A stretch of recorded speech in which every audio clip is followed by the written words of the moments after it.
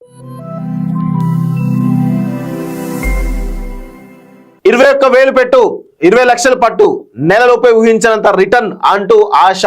Investment పేరుతో ఆర్థిక మోసాలు సోషల్ మీడియా వేదికగా అధికం అంటూ చూస్తాం. దయచేసి అందరూ గమనించే విషయం ఏంటంటే మీరు తక్కువ 1000 రూపాయలు పెట్టండి మీకు 10,000 వస్తాయి, 10,000 పెట్టండి మీకు 1,00,000 వస్తాయి, 1,00,000 పెట్టండి మీకు 10 లక్షలు వస్తాయి. ఇలాంటి ఏవైతే మోసపూరితమైన ప్రకటనలు వస్తూ ఉంటాయో, మోసపూరితంగా వచ్చేటువంటి ఏవైతే ఉంటాయో దయచేసి ప్రజలు వాటిని నమ్మకండి. అవి తాత్కాలికంగా ఒక నెల 2 నెలల వరకే పరిమితం అవుతుంది. ఇప్పుడు మల్టీ నెట్వర్కింగ్ ఉంటాయి కదా, మల్టీ నెట్వర్క్ బిజినెస్ ఉంటాయి కదా, అవన్నీ కూడా మోసాలే. దయచేసి వాటిని కనుక మీరు అది చేస్తే మాత్రం మోసపోయినట్టే. చాలా మంది ఉన్నారు, చాలా నెట్వర్క్లు జరుగుతూ ఉన్నాయి. సో ఫేక్ వీడియోలు మెసేజ్లతో అమాయకుల బ్యాంక్ ఖాతాలు ఖాళీ. కేంద్ర మంత్రి నిర్మలా సీతారామన్ గూగుల్ CEO సుందర్ పిచై పేరుతో ఫేక్ వీడియోస్, IAS IPS ల పేరుతోనూ నకిలీ సోషల్ మీడియా అకౌంట్స్ కట్టడి చేయడంలో NCCRC విఫలం. సుప్రీంకోర్టు స్పందించాలన్న సమీకరణ బాధితులు అంటూ చూస్తాం. సో ఇలాంటి సైబర్ నేరాలు ఈరోజు మన దేశంలో చాలా పెద్ద ఎత్తున జరుగుతూ ఉన్నాయి.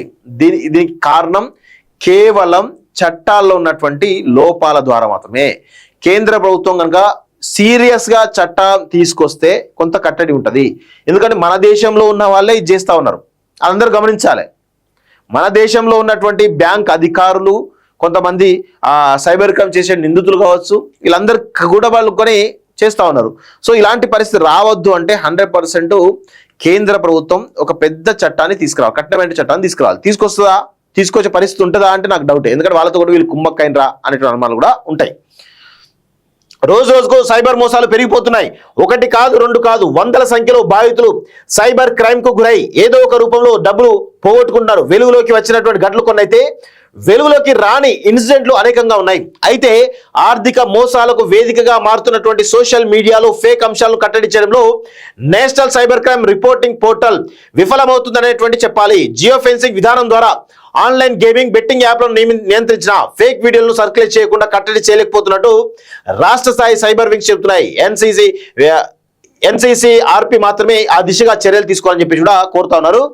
డిజిటల్ నేరాలను నివారించడం ఎలా, మన దేశంలో ఎలాంటి వ్యవస్థలు ఉన్నాయి, కొత్త చట్టాలు అవసరం ఉన్నదా అంటూ రేపు వచ్చే అవకాశం అయితే ఉందా అంటే 100% ఈ డిజిటల్ నేరాలు, డిజిటల్ ఏవైతే జరుగుతూ ఉన్నాయో సైబర్ మోసాలు, దీన్ని కట్టడి చేయడంలో మన దేశ ప్రభుత్వం, కేంద్ర ప్రభుత్వం విఫలమైంది అనేది చాలా స్పష్టంగా అర్థమవుతుంది. ఎందుకంటే కఠినమైనటువంటి చట్టాలు తీసుకొస్తే ఇలాంటివి ఉండవు. దానిపైన ఇంతవరకు కఠినమైన చట్టాలు తీసుకురావడానికి ఎందుకో వెనకడుగు వేస్తూ ఉంది. దానికి అంటే ఇదంతా ఏమైతుందంటే బ్యాక్గ్రౌండ్లో మనందరికీ తెలిసిన విషయం ఏంటంటే, బ్యాక్గ్రౌండ్లో ఈ మనందరం బ్యాంకు అధికారులు లేకపోతే కొంతమంది సైబర్ నేరాలు చేసిన వాళ్ళు ఉన్నారని మనం అనుకుంటా ఉన్నాం. కానీ అది కాదు. దీని వెనకాల కార్పొరేట్ వ్యవస్థ ఉంటుంది. కార్పొరేట్ వ్యవస్థకు అండగా రాజకీయ వ్యవస్థ అనేది 100% ఉంటుంది.